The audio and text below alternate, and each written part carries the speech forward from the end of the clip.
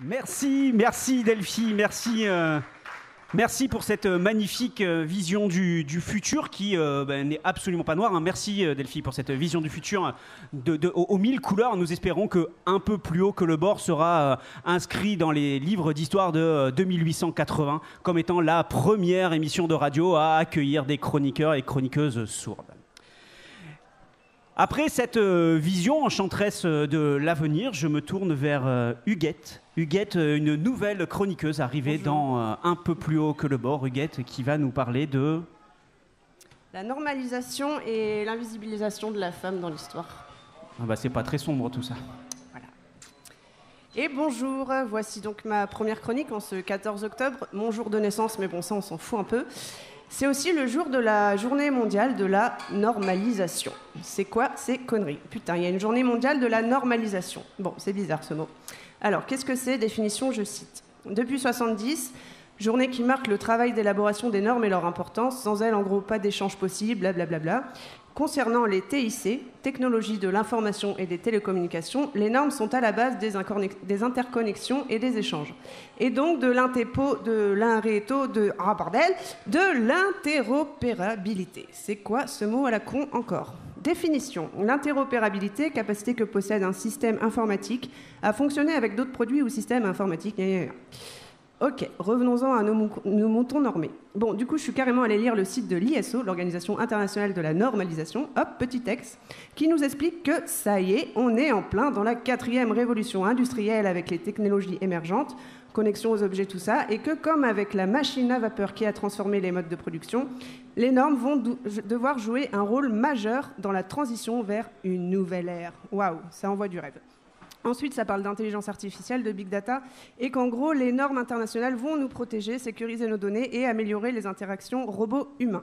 Et de conclure, la 4e révolution industrielle est en marche, mais pour tirer pleinement parti de son potentiel et contribuer à l'amélioration de notre société, les normes sont indispensables. Alors perso, avec cette phrase, j'ai aussi entre penser à Macron ou à Terminator, avec l'image d'une armée de robots qui s'avance vers le citoyen ultra connecté à la pauvreté, qui tente de défendre ses droits dans la rue. Et là, vous allez très certainement me dire « Eh oh, combien je vous comprends, mais bon sang, où est-ce que tu veux en venir, Huguette ?» Normal, la norme de cette chronique est bel et bien de cette unité, l'unité GF Gros Foutoir. Donc je reprends. Nous sommes le 14 octobre et il y a 6 jours, quand je me suis foutue devant ma page blanche pour pondre cette chronique, il y a eu 2 questions qui sont posées à moi, enfin en vrai il y en a eu 3. La première est merde, qu'est-ce que je vais bien pouvoir écrire bordel? La seconde, tiens, bah il s'est passé quoi, genre les précédents 14 octobre dans l'histoire? Et la troisième, et ceci est l'objet de ma chronique, ça y est, on y arrive. Où sont les femmes? Et oui, car devant ma page blanche a déroulé les pages noircies du web, cette date du 14 octobre est partie en ovaire. Et oui, juste du parti en ovaire pour changer du trop normalisé parti en couille. Et la trop normalisée grande histoire patriarcale de mes 2 seins est venue me narguer.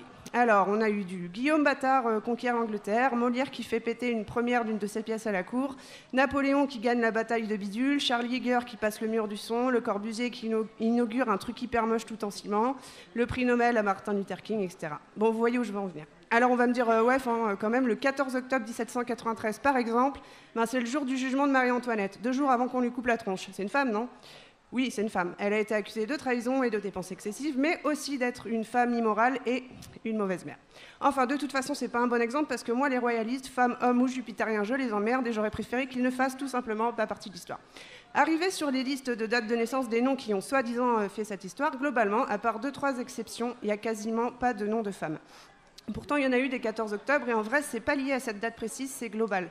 La femme est évincée du discours historique écrit, relu, validé par les hommes. Alors je reviens à mes 2-3 exceptions, histoire au moins que cette chronique serve à citer quelques femmes nées un 14 octobre. Il y a Ida Pfeiffer, une exploratrice autrichienne qui est née en 1797. Elle quitte son mec 13 ans après leur mariage et presque 10 ans après ce divorce, elle se casse pour ses premiers voyages et elle fera notamment 2 tours du monde, libérée, délivrée. En 1888, la femme de lettres britannique Kathleen Mansfield, née en Nouvelle-Zélande, déshéritée par sa mère quelques temps après avoir quitté le jour même de son mariage son premier mari, j'ai envie de dire swag. Elle a écrit de nombreux ouvrages et c'était une des auteurs préférées de Virginia Woolf. Et en 1906, un 14 octobre, mais je pense que je ne la présente pas, est née Hannah Arendt. Voilà, pour le reste, on oscille entre les noms de comédienne, actrice porno, chanteuse ou joueuse de tennis, ou la date de naissance du premier enfant de Madonna. Alors les lignes bougent, il y a des bouquins qui sortent, des colloques dédiés à ce sujet, des sites web qui font le portrait de toutes ces femmes qu'on a oubliées, effacées. Mais il y a encore du boulot, par exemple dans les manuels scolaires remplis d'une histoire pour et par les hommes qu'on met dans les petites têtes et qui façonnent les modèles qu'ont les enfants et notamment les petites filles pour se projeter.